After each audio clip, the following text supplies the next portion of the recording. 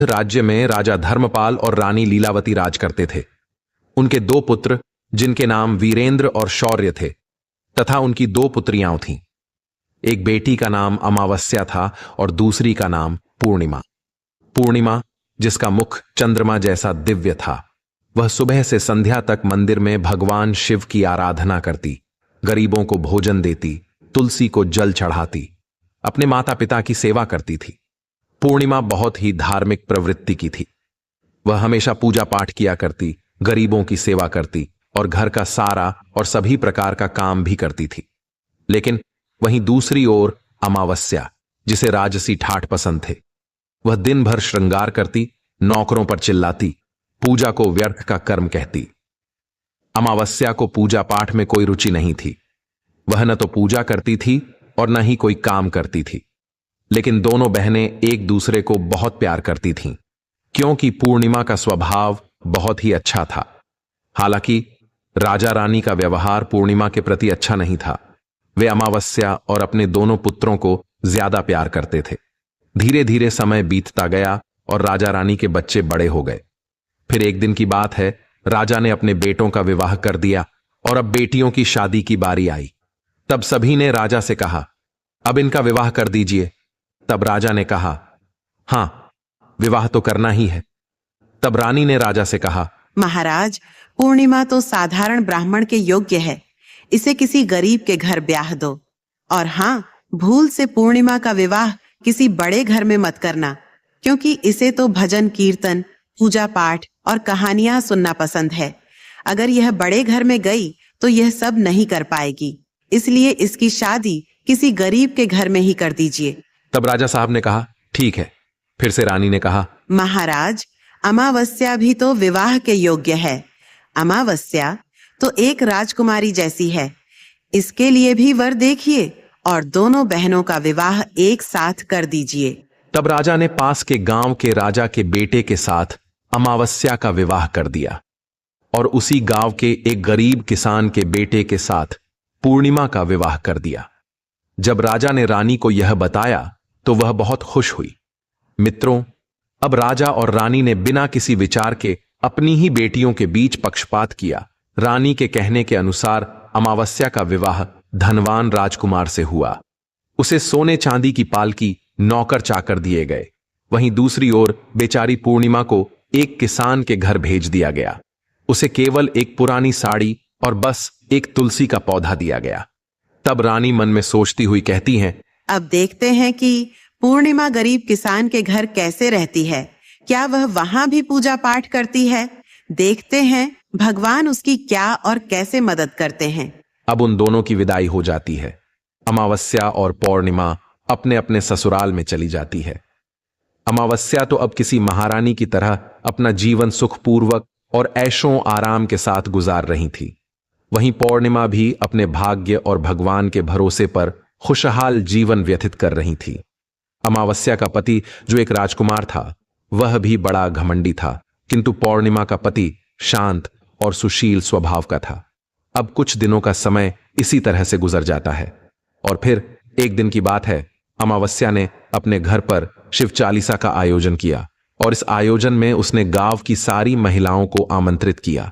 सारी अड़ोस पड़ोस की औरतों को भी बुलाया, लेकिन अपनी बहन पूर्णिमा को उसने जानबूझकर नहीं बुलाया, क्योंकि उस गरीब बहन को अपने घर में बुलाना पसंद नहीं था। उसे बुलाना मतलब अपने सम्मान में कमी नजर आ रही थी।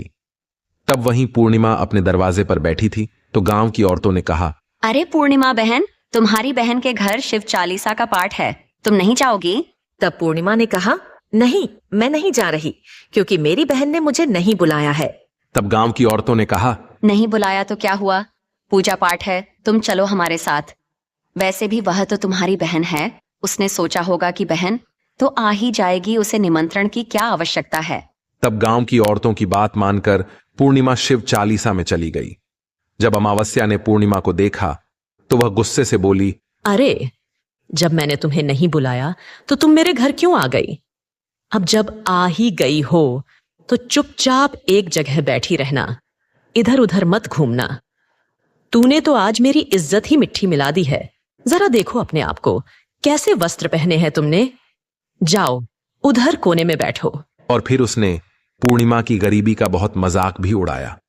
पूर्णिमा की आंखों से आंसू बहने लगे और वह भगवान शिव से प्रार्थना करने लगी। हे भगवान, मुझ पर आप कब कृपा करेंगे? आखिर मेरा कसूर ही क्या है? पूजा पाठ करना, गरीबों की सेवा करना, काम करना, क्या यह गलत है? हे भगवान, अब मुझ पर कृपा करो। थोड़ी ही समय के बाद इस तरह वह भगवान से विनती करती रही। शिव चालीसा पूरी हो गई और अमावस्या ने सबको प्रसाद दिया, लेकिन पूर्णिमा को प्रसाद नहीं दिया। अब निराश मन के साथ पूर्णिमा वहां से बिना प्रसाद के ही वापस अपने घर की ओर चली गई। मित्रों, रास्ते में वह सोचने लगी कि घर पर बच्चे प्रसाद मांगेंगे तो मैं क्या कहूंगी। फिर उसके मन में विचार आया, क्यों न मैं अपने भाई भाभी से मिलने अपने मायके चली जाऊं। फिर वह चलते चलते अपने मायके की तरफ बढ़ने लगी। तभी उसे एक तुलसी का पेड़ दिखा। वहां एक चबूतरा बना था जिस पर एक बूढ़ी मां बैठी थी। उन बूढ़ी मां ने पूर्णिमा से पूछा, बेटी, तुम कौन हो और कहाँ जा रही हो? क्या तुम मेरी एक मदद कर सकती हो? तब पूर्णिमा ने अपना परिचय दिया। फिर बूढ़ी मां ने कहा, बेटी, देखो, मेरा तुलसी का पौधा सूख रहा है। इसमें थोड़ा जल डाल दो और चबूतरे की सफाई कर दो तो थोड़ी ठंडक मिलेगी। अब पूर्णिमा ने तुलसी को जल डाला और बूढ़ी मां को भी स्नान कराया। उसने उनके चरण दबाए। फिर पूर्णिमा ने पूछा, माँ जी, और कोई काम है क्या? तब प्रसन्न होकर बूढ़ी मां ने कहा, नहीं बेटी, और कुछ नहीं। तुमने मेरी बहुत अच्छी सेवा की है। भगवान तुम्हारा भला करे।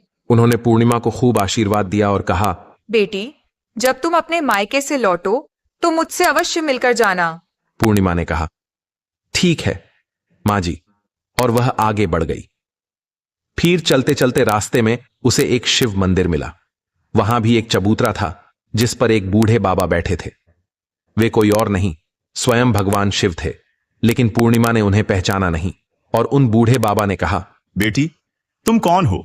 कृपया मेरी एक सहायता करो, बड़ा पुण्य मिलेगा। पूर्णिमा ने अपना नाम बताया। तब बाबा ने कहा, बेटी, क्या तुम इस मंदिर की सफाई कर दोगी? यह बहुत गंदा हो गया है, और मेरे नहाने के लिए 2 बाल्टी पानी भर देना तो तुम्हारा बहुत एहसान होगा। मेरा शरीर थक चुका है, इसीलिए अब मैं कोई भी काम नहीं कर पा रहा हूं। तब पूर्णिमा ने मंदिर की सफाई की, भगवान शिव की पूजा की और बाबा के लिए पानी भर दिया। फिर वह आगे बढ़ गई। फिर थोड़ा और आगे चलने पर उसे काली मां का मंदिर मिला।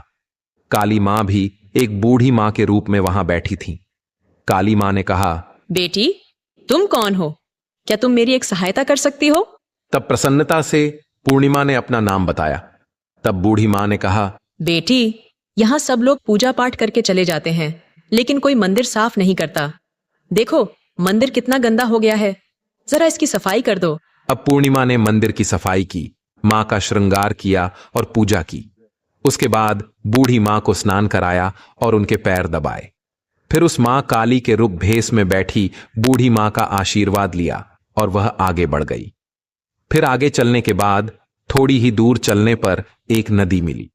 वहां भी एक बूढ़ी मां बैठी थी, जो कोई और नहीं बल्कि स्वयं गंगा मैया थीं। उन्होंने पूछा, बेटी, तुम कौन हो? कृपया मेरी सहायता करो। तब पूर्णिमा ने अपना नाम बताया। तब गंगा मैया ने कहा, बेटी, क्या तुम मेरी थोड़ी सेवा करोगी?